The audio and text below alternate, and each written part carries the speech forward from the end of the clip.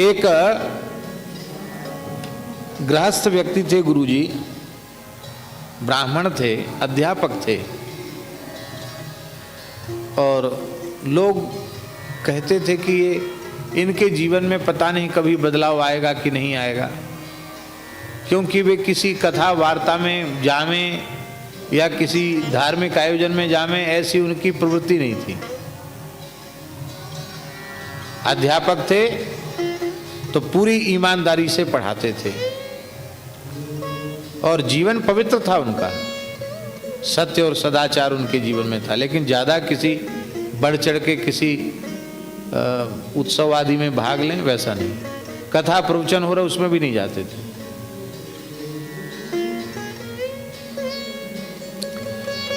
हमारे महाराज जी की कभी उस क्षेत्र में कथा होती थी, भक्तमाली जी की, और उनको सूचना होती तो उसको सुनने आ जाते थे, शांत होकर के सुनते थे। शायद जीवन में 2-4 कथा सुनी होगी उन्होंने। और एक जैसे गृहस्थ पूरा एकदम रचा पचा ऐसे ही थे, खेती परिवार सबको ध्यान रखना, लेकिन वे सावधान थे।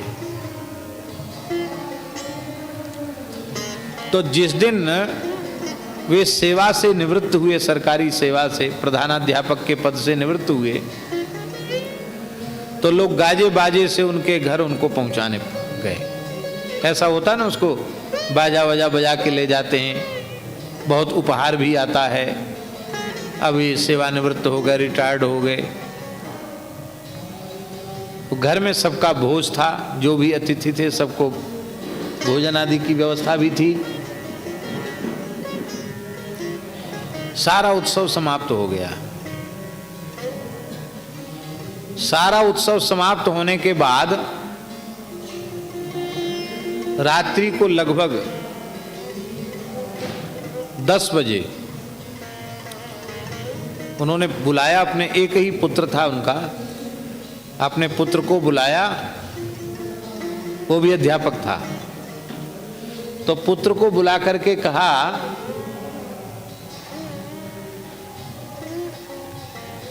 कि अब कोई अतिथि बकाया तो नहीं है आने? बोले नहीं, सब आ गए चले गए, अब तो रात हो गई, 10 बज गया, कोई बाकी तो नहीं है, सब काम हो गया, आज का काम हो गया पूरा?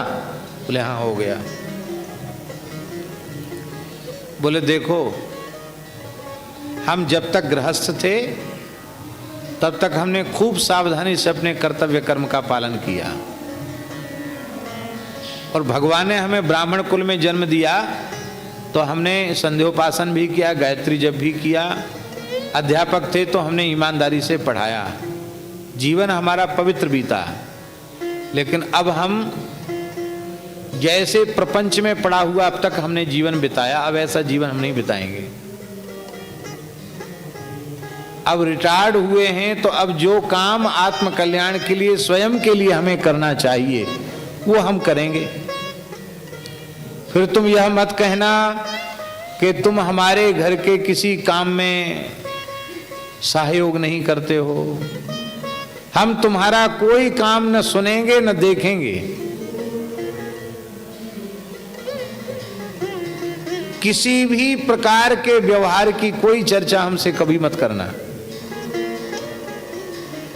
न खेती की, न व्यापार की, न कुछ नहीं। एक दुकान भी थी उनकी।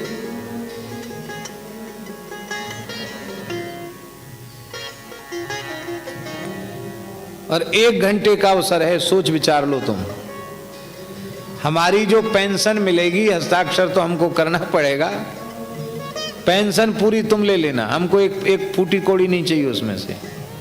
24 घंटे में एक बार भोजन करूंगा, शाम को गाय का दूध लूंगा और मौन रहकर अपना आत्म कल्याण का साधन करूंगा।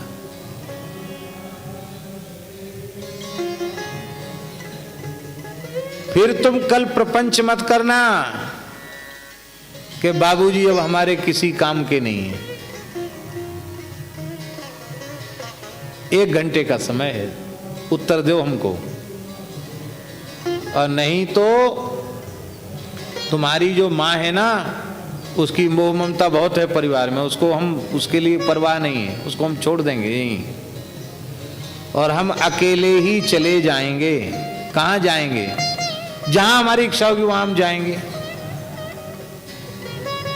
और यदि तुम हमारी इस रहनी को पसंद कर सको और हमारे साधन में विक्षेप न करो तो हमें कोई घर और बाहर में भेद नहीं है, फिर हम कहीं नहीं जाएंगे, यहीं रह जाएंगे। निर्णय करके बताओ।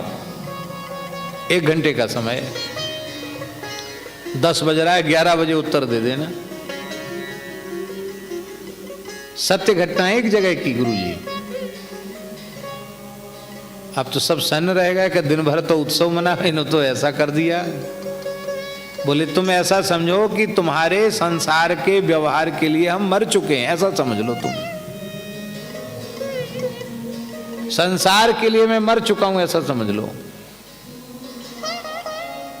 थोड़ी देर बाद, 1 घंटे बाद पुत्र ने कहा कि मैं आपका एकमात्र पुत्र हूं और अब रिटायर्ड होने के बाद इस अवस्था में आप अकेले जाएं, ये मैं सहन नहीं कर सकता। आपको जैसे इच्छा हो वैसे आप रहें, हम आपको कोई विक्षेप नहीं करेंगे और कभी आपको कुछ पूछेंगे भी नहीं। ठीक, बात पक्की हो गई। गुरुजी दूसरे दिन से वे ऐसे हो गए जैसे किसी को पहचानते ही नहीं है। एकदम जीवन का दूसरा अध्याय शुरू हो गया। पत्नी, पुत्र, पौत्र, नाते रिश्तेदार भी आते तो न वो प्रसन्न होते न वो दुखी होते। जैसे व्यक्ति अपरिचित के साथ उदासीनता पूर्ण व्यवहार करता है, ऐसी शरीर संसार से पूर्ण उपरामता उनको आ गई। ठीक 3 बजे वे स्नान कर लेते थे एक नदी में जाकर के, और साधन में उनका चिंतन की प्रधानता थी। तो बहुत कुछ पढ़े लिखे नहीं थे, सामान्य संस्कृतज्ञ थे और अंग्रेजी हिंदी पढ़े थे, मास्टर थे, अध्यापक थे। तो गीता प्रेस के ये उपनिषद, 10 उपनिषद, बृहदारण्यक, ईशावास्य आदि और ब्रह्मसूत्र और श्रीमद् भगवद गीता है और रामचरितमानस, इनको अपने स्वाध्याय के लिए उन्होंने स्वीकार किया। इनको वो पढ़ते थे थोड़ी देर और बाकी समय ध्यान करते थे, नाम जप करते थे, मौन रहते थे और जो भोजन मिल जाए, यह भी नहीं कभी बताया कि हमको इसमें कम पड़ता है कि ज्यादा पड़ता है, इसमें नमक है कि मिर्च ज्यादा है। जो आ गया उसको एक बार उन्होंने ले लिया। इस स्थिति में वे रहे और उसी अवस्था में हमारे महाराज जी की कथा एक गांव में हुई। उस कथा में वे आए और ऐसा स्वरूप उनका हो गया था उन महानुभाव का कि हम आपको क्या कहें। उनके निकट बैठने वाले की वृत्ति शांत हो जाती थी।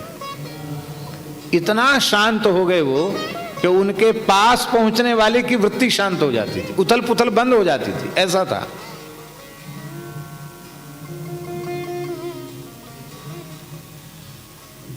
बोलते तो थे ही नहीं।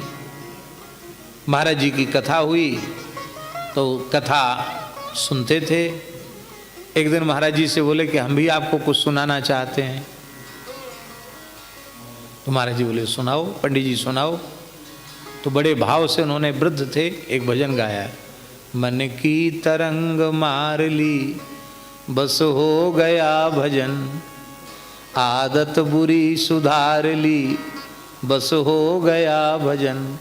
ये उन्होंने सुनाया था महाराज जी को, एकदम गदगद होकर के सुनाया था।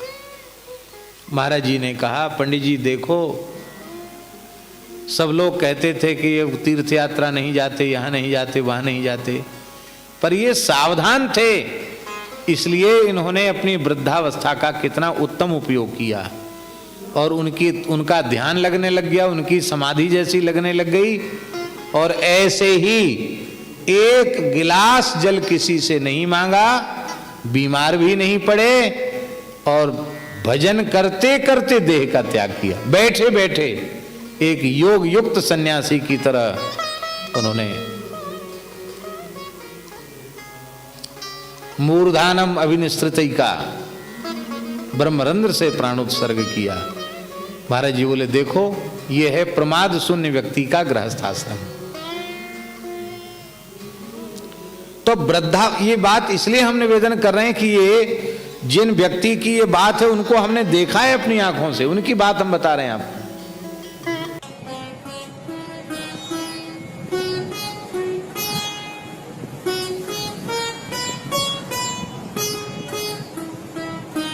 श्री सीताराम प्रतिदिन सत्संग एवं दर्शन के लिए श्री महाराज जी के ऑफिशियल चैनल को जरूर सब्सक्राइब करें।